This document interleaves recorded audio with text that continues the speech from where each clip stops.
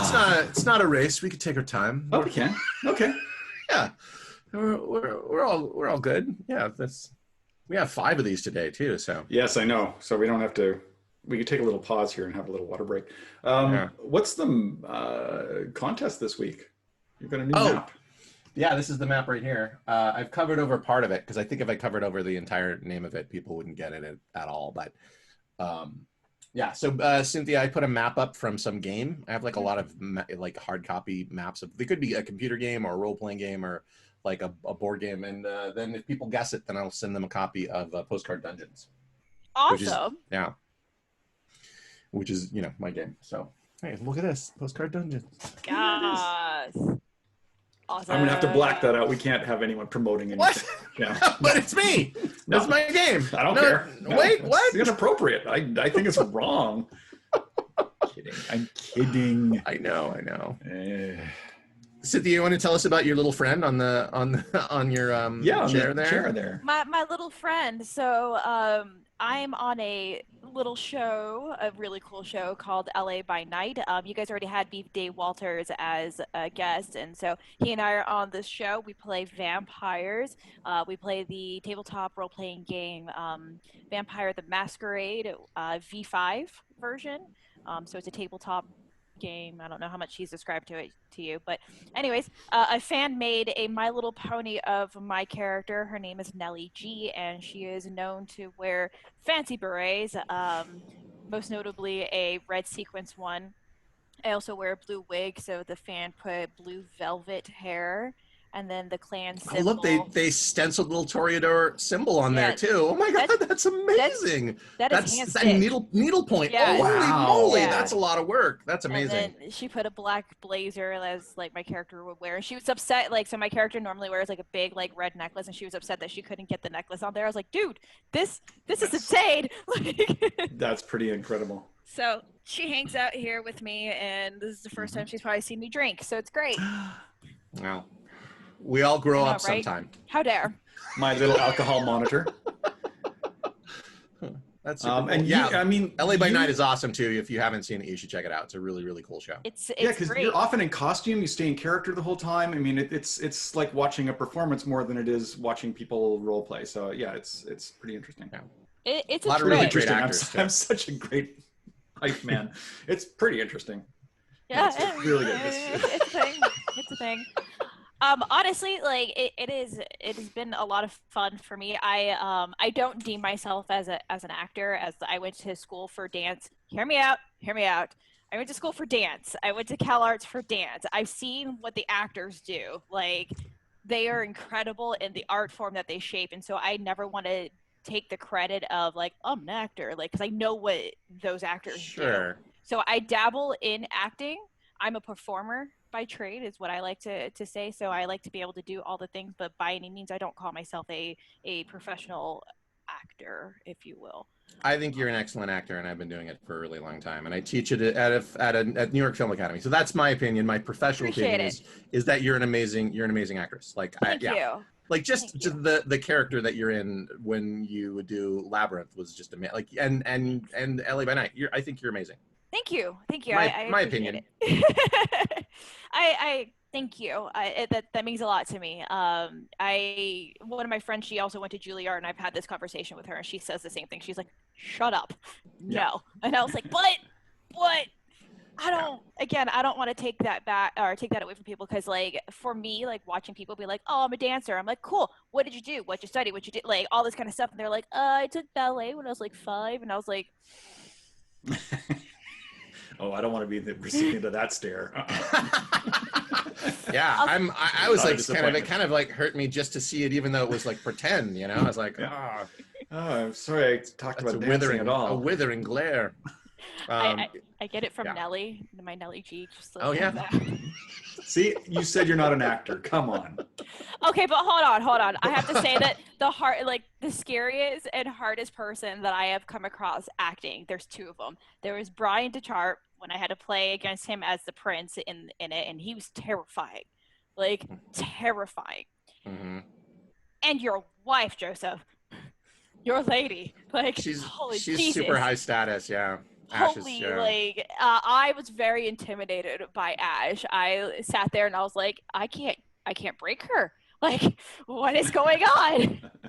So yes, it's been a fun little show to be on, and I'm very honored to have been chosen to be on it. So Well, you're great on it. thanks.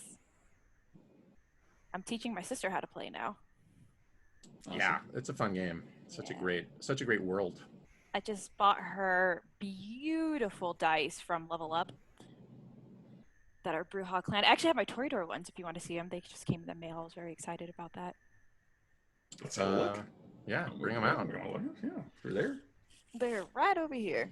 And if we're showing off dice, I'll show off these dice. Yes! We must show off all the dice. I got these from GaryCon. They are replicas of the original D&D dice.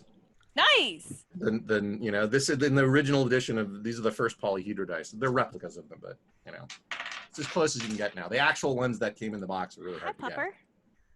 My dog has decided to see what I was doing. Mm-hmm. Oh, do you want to come up here? Bowie's still right here. He's just hanging out, sleeping. Okay, so this is a blood dice that I'm going to show you. Looks like that.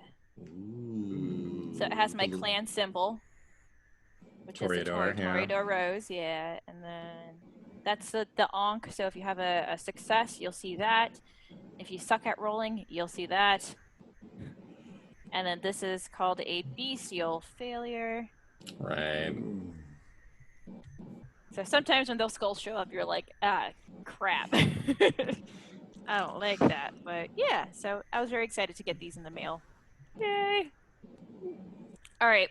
I mean, that's part of the best part of my day when something shows up that I've ordered and like sent a gift to myself, but it's like, oh, which one was it? Which one did I do? Yeah, especially if you do like Kickstarter, like occasionally you'll just be like, I got a package, and then you know it'll be something in it. Yeah. Okay, puppers, you came. Let's see the Here pooch. the wrong way. Pooches. It's with my dog. Hello, pooches. What is this guy's name? Her name is Charisse. Oh, her name. Oh. Hey, Charisse. Just like the dancer Sid Charisse for the long legs. Oh. She's a little shaggy right now. She's sporting the quarantine hair too. Yeah, I'm getting kind of long. I'm thinking I'm just gonna grow it out and see what happens. I think it looks good. Well, That's what's happening here. The This beard. is my apocalypse beard. Yeah, I'm starting to kind of give up on. I was shaving my face, but I've kind of just started to give up on it. So So can we talk about this apocalypse for real? Like, not being able to wear lipstick has been the bane of my existence because of the mask that we have to wear. Like, you can't really wear any like lip anything unless you like want to stain your mask, which is great. Yeah, and I have that problem too. I understand. Yeah, yeah, lipstick is a problem. All right, little one, you got to come down here. Oh. yeah, the masks are. Yeah, it's inconvenient, but still, it's like it always annoys me when I see someone not wearing one. You know what I mean? Like I'm like, why? Or like, yeah, Just put a bandana on, just something, you know? Yeah. Stop the airborne particles. Anyway. So it's been fun. So I'm an essential worker. I don't know if I told you guys that. I work in aerospace as a regular life job, and I have been going to the office every day during this entire quarantine. So it's been very taxing on my emotional status.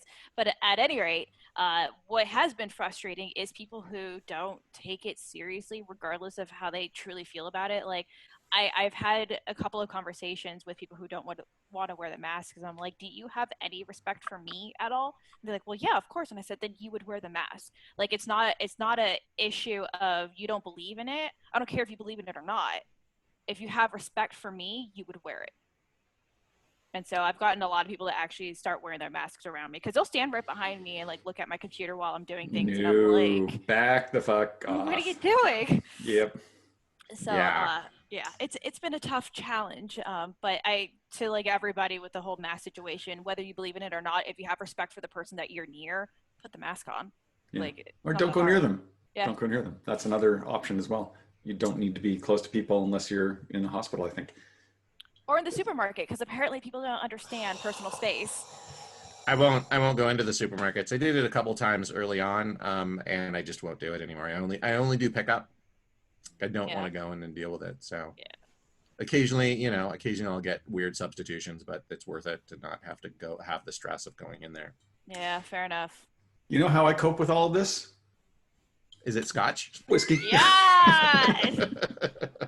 That was a great segue, Andrew. It was so smooth. I didn't expect it. I'm just waiting for it here. Let's try. Oh, the Sovereign. This is the Sovereign, an independent bottler. This is Craigellachie 12-year-old. It's a sherry butt aged, distilled in May 2006. Number 447 out of 574 they got out of this cask, and it's 59.5%. It's hot. We're rising up. We're rising up there. Ooh.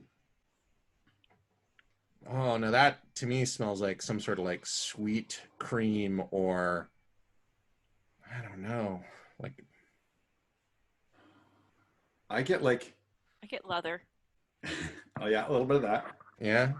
But like a candied meat almost.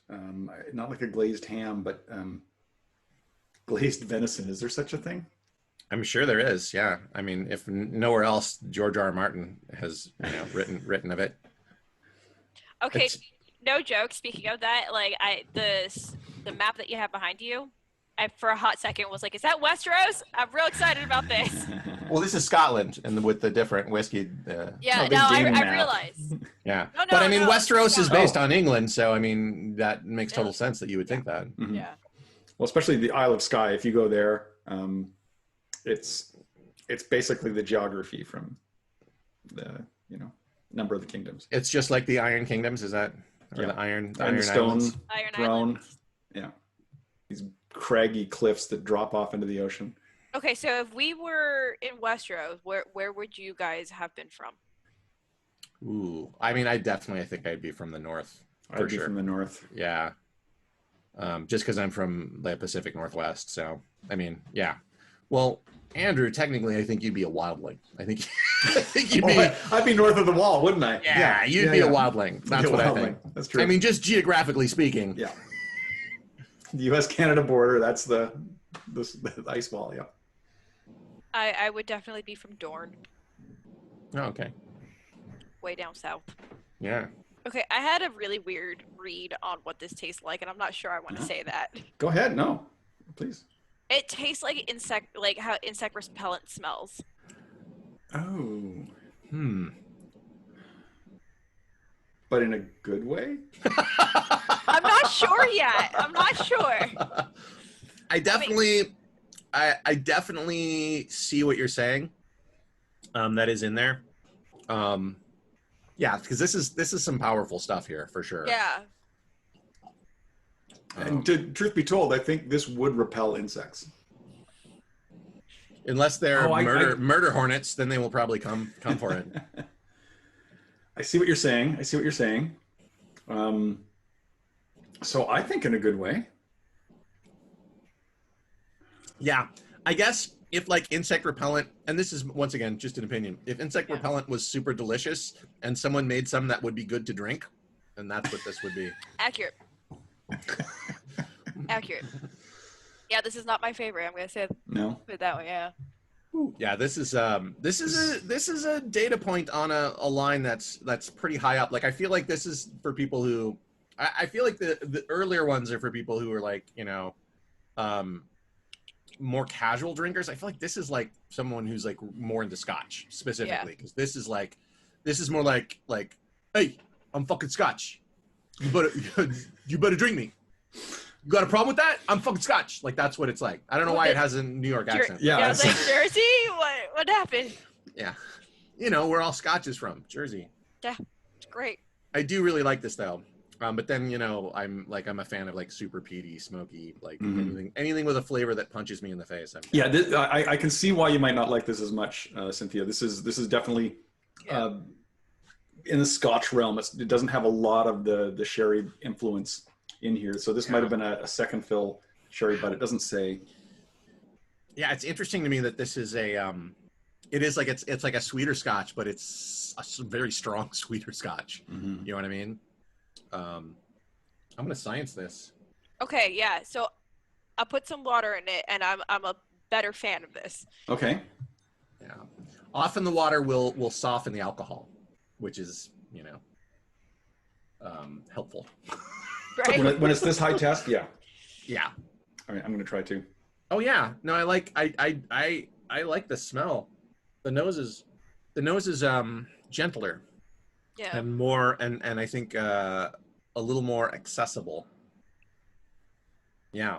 Now it's kind of like, I feel like marshmallow or something.